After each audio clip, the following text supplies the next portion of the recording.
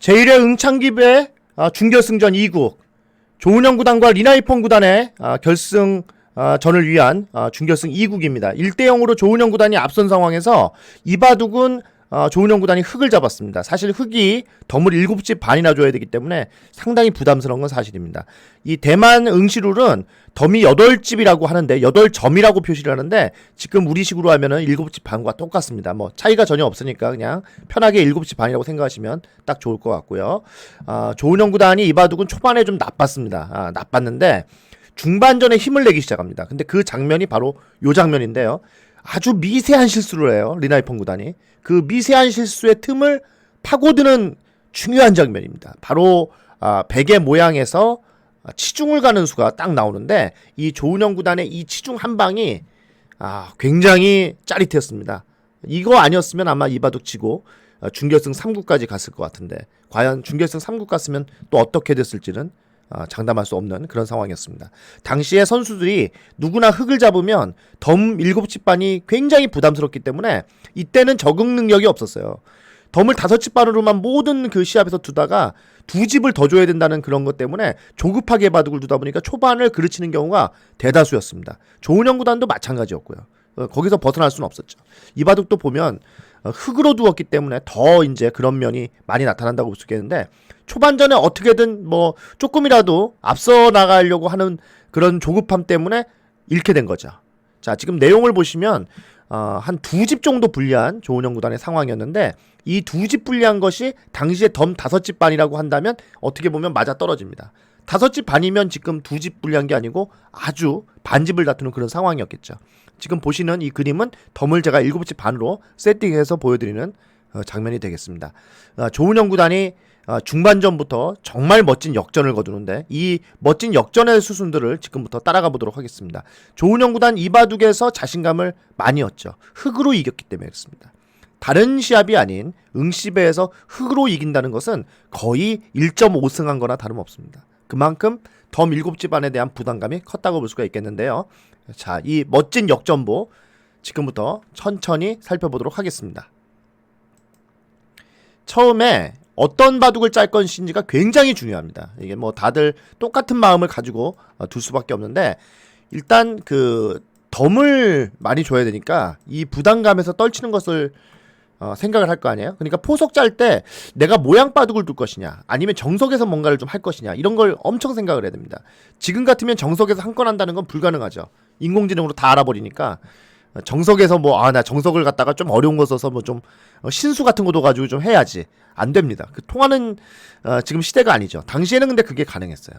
아무래도 새로운 연구가 들어간다면 당황하게 마련이니까요. 자, 여기를 일단 뒀는데 이거는 뭐 완전히 여유 있게 두겠다는 얘기거든요. 덤을 의식한 수예요. 백이 아주 유연한 포석인데 이때 둔 수가 여기인데요. 이 수가 이제 조은영 구단이 뭔가 좀 적극적으로 둔 그런 모습이 되겠습니다. 사실 요즘 같은 감각으로만 본다면 여기는 잘 안 둘 것 같아요. 여기는 안 두고 그리고 애초에 이제 이쪽에 베개 모양 같이 두진 않죠. 요즘 같으면 아마 백이 무조건 여기서 이거 붙였을 겁니다. 이거 늘면 이렇게 뛰고 여기 붙여두는 게 무조건 집에 귀를 지키는 거기 때문에 안 둘 이유가 하나도 없다는 거죠. 아마 이게 요즘 포석이라고 보시면 되겠고 당시에는 그게 없었으니까 대부분이 다 이렇게 두 칸을 벌렸습니다. 자, 여기 온 것은 이쪽에 교환을 안 하고 두었기 때문에 좀 특이한데 백이 이제 띄워두고 붙여서 요 씌웠거든요. 요 씌운 수가 일단은 요 2점의 앞길을 막는 그런 방법이었고 여기서 조금 당합니다. 예, 이걸 젖히는 수를 당한 다음에 이거 두고 이렇게 호구 치니까 흙의 모양이 무너져요. 이 정석 선택이 아주 안 좋았어요. 그러니까 지금 생각해 보면은 조은영 구단이 여기를 한 칸을 띄웠는데 이 한 칸 띈 수를 두면 안 됐던 것 같아요. 예, 여기를 차라리 붙이고 이렇게 늘어서 둔다든지 해서 요 귀쪽을 차지하는 게 훨씬 더 좋았습니다. 이게 또 요즘 감각이기도 하고요. 근데 당시에는 그렇지 않고 여기를 갔는데 요게 이제 바로 가까이에 있으면 바로 붙여서 넘어가는 거라도 있는데 지금 상황은 이게 붙여서 넘어가는 상황도 잘 안 돼요. 이게 한 칸 더 떨어져 있기 때문에 여기를 붙였을 때 이걸 늘 수는 없죠. 늘면은 이것도 들여다보면은 이렇게 이어야 되는데 그 다음에 여기 붙여버리면 모양 자체가 완전히 중복이에요. 물론 살겠죠. 하지만 이런 중복 상황에서 바둑 두는 건 참 어려운 겁니다. 그래서 이렇게 둔 건데 요거는 이제 받아달라는 의도고 막으면 단수 치고 그 다음에 이제 뭐 여기를 나간다든지 뭐 이럴 생각으로 두었던 것 같은데, 문제는 이걸 젖혔을 때 모양이 꼬였어요. 막을 수는 없죠. 위로 단수 맞으니까. 그러니까 어쩔 수 없이 찝었는데 이때 단수 먼저 맞고 그 다음에 호구를 치니까 이게 들여다보는 게 이어져야 되는데, 이어져야 여기 밑에를 끊는데 뚫고 올라가는 수가 좋았어요. 이걸 두고 이거 맞고 오히려 이렇게 이제 눌러서 두니까 여기가 받을 수가 없어요. 이걸 받았다가는 늘고 뭐 이렇게 막으면 또 여기를 갖다 단수 치고 이거 둔 다음에 뭐 이게 눌리니까 하여간에 뭐 이런 식으로 꽉 틀어 막히니까 이렇게 되는 것은 흑의 입장에서 곤란하죠. 여기를 젖히면 여기가 또 있어요. 이거 두고 이거 요돌이 갑자기 살아납니다. 그럼 이거 두면 단수, 그 다음에 단수, 그리고 이렇게 한 점을 끊어서 잡는 게 있기 때문에 여기가 갑자기 졸지에 완전히 곤마가 됐죠. 이쪽 다 싸발렸으니까. 그러니까 흑이 이런 그 실리바둑을 둘 수 없는 그런 상황이었어요. 자, 그러니까 이제 여길 끊어서 싸움을 거는데 이게 나가는 자세가 백이 나쁘지가 않습니다. 이 축이 걸려 있기 때문에 흑이 여길 받아야 되거든요. 그러니까 이걸 받다 보니까 여기를 늘어서 요쪽에 그 상황이 밑에 뚫려 있는 데에서 집도 잘 안 되는 상황에다가 흑이 뭔가 똘똘똘똘 뭉친 형태가 돼 있어요. 근데 여기가 만약에 모양이 다 부서지면은 덤을 극복하기가 참 어려운 바둑이죠. 밀었는데 끊고 그 다음에 여기를 이제 뛰니까 모양 자체는 이렇게 돼서 초반에 완전히 이게 지금 빈삼각을 둘 정도니까 이 수는 어쩔 수가 없었어요. 이거는 여기를 갖다가 만약에 이렇게 단수 치면은 이거 두 점을 치고 이거 둘 때 이렇게 이어서 여기 단수 친 수를 악수로 만들겠다는 거거든요. 이렇게 이어가지고 끊어서 흑이 사니까 요 교환을 못하게 만들려고 하는 건데, 문제는 가만히 놔두면은 두 집 나고 산 거밖에 안 되잖아요. 결국은. 그래서 백이 이거 젖히고 이거 이제 버립니다. 이거 뭐 이제 다 자기 할 일 다 했으니까 요거 버리고 이제 여기를 뛰어고 이걸 지켰는데, 이 지킨 수로 여기를 늘어놨으면은 많이 나빴어요. 한 3집 이상 나쁜 그런 상황이 됐습니다. 여기는 사실 끊는 거를 그렇게 두려워할 필요가 없었는데, 이거 끊으면 이렇게 그냥 쭉쭉쭉쭉 밀어가지고 여기 넘어가는 수가 있기 때문에 사실 이게 아무것도 아니었습니다. 이거 두면은 뭐 이렇게 지켜놓고, 만약에 이걸 막으면 여기서 이제 백이 이거 둬서 이걸로도 충분하고, 이게 싫어서 흑이 뭐 이쪽을 두면은 여기 입구자가 선수라서 이거 받아야 되니까 사실 요거 두 집짜리인데 여기를 다 싸발렸기 때문에 흑이 별로 한 게 없죠. 그래서 리나이펑 구단이 여기를 갖다 늘었으면은 확실하게 바둑이 좋았어요.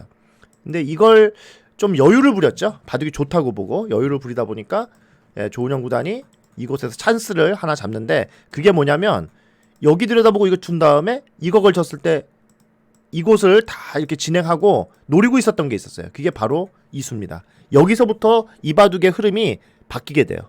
조은영 구단이 초반에 그 하변에서 뭔가 정석 선택이라든지 여러 가지에서 밀려서 완전히 그 리나이펑 구단의 두터움에 가려졌었는데, 지금은 중앙을 잡으면서 두터움도 흑이 좋고 집은 지금은 오히려 없어요. 근데 이 한 방으로 그걸 다 만회할 수가 있는 그런 상황을 맞이한 거죠. 이게 아까 전에 제가 보여드렸던 첫 번째 장면인데, 요 장면입니다. 그 치중 갔을 때 이길 확률이 30%예요. 그러니까 그전에는 30%가 안 된다는 얘기잖아요. 근데 중요한 건 뭐냐면 7대3으로 불리하지만 실제로 집 차이는 2집 정도밖에 안 난다는 거죠. 그러니까 흐름 자체를 끌어오른 그 가장 중요한 포인트가 된 곳이 여기입니다. 역전은 좀 이따 나오는데요.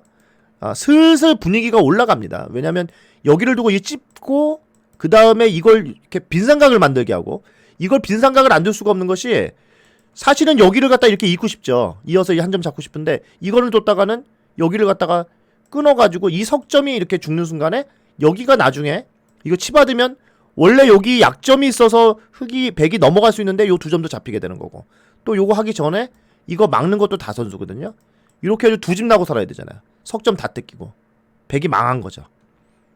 그래서 어쩔 수 없이 여길 뒀을 때 이 빈삼각으로 위에 약점을 없앤 건데, 그러니까 이걸 끊고, 자 여기서도 이거 두면 둘 수만 있으면 좋죠. 근데 둘 수가 없어요.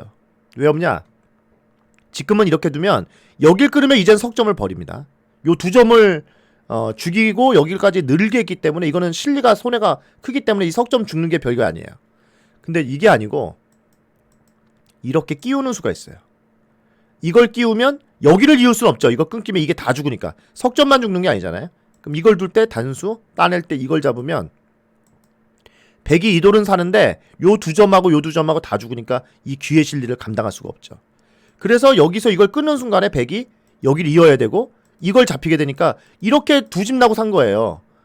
백이 여기서 두 집 나고 살았는데 이걸 공짜로 한 점을 잡히니까 이 상황이 돼서는 바둑이 역전 무드죠. 이제 조은영 구단이 50%가 넘어갑니다. 그리고 이걸 다가서고 자 이걸 젖힌 다음에 이곳은 아까 전에 얘기했죠. 요 석점 위에 중요한지 백이 입구자 두고 여기를 받아야 됩니다. 끊는 수가 있어서. 그래서 여길 넘어가는 수가 있기 때문에 아까 석점을 죽이는 게 굉장히 컸다. 지금은 이건 뭐 이렇게 되는 자리고 자 조은영 구단이 이쪽을 씌워서 이쪽에 있는 상변에 있는 흑돌을 모양을 키웁니다. 이거는 이쪽의 약점을 노리는 거죠. 요 백이 여기 끊어놓으면 요 돌이 잡힐 수도 있다. 그러면서 상변도 키우는 일석이조의 수죠. 자 이걸 리나이펑 구단이 여길 젖혀서 요거를 일단 처리를 선수로 했는데 문제는 이걸 두면 둘수록 이쪽에 끊기는 약점이 굉장히 강화됐다는 거죠. 자 이걸 침착하게 받았습니다만 여길 밀었어요. 여기 지금 들여다보고 이쪽 한 칸 뛰면은 여기가 굉장히 얇아요. 그래서 밀었는데 이걸 날일잘 두고 여기 입구자 두고 여기서 이걸 전부 이렇게 틀어 막습니다. 여기까지 이거 호구 쳐서 이렇게 이제 바꿔치기가 되는데 이 바꿔치기 과정을 잘 봐야 돼요. 사실은 여기서 이거 뒀을 때 조은영 구단이 이걸 그냥 막았어도 지금은 바둑이 유리해요. 예, 여기가 다 집이 됐습니다. 생각지도 못하게 몇 방이 따다다닥 이렇게 놓이면서 이 집이 다 생겼잖아요. 그런데 이걸 갖다가 한 방 날린 건 뭐냐면 막상 여기서 이거 날렸는데 이걸 받아만 주면은 이렇게 뛰면 이 석점이 또 걸려요. 그럼 이거 두면은 이거 진짜 막아가지고 여기가 전체가 다 죽는 수가 생기죠.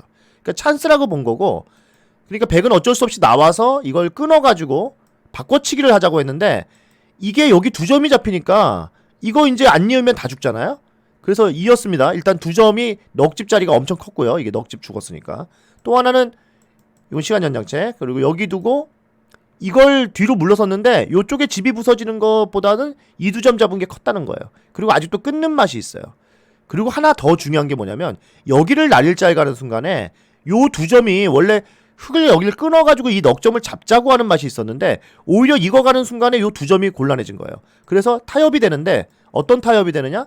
뚫고 여기 지키고 이쪽이 선수로 거의 해결이 된 겁니다. 여기가 뒷맛이 거의 깔끔하게 없어진 거예요. 여기 지금 붙였습니다만 어떤 뒷맛이 없어졌냐면 원래는 여기가 이게 넉점이 잡히는 맛이 있었잖아요. 근데 막 이런 데 함부로 못 둬요.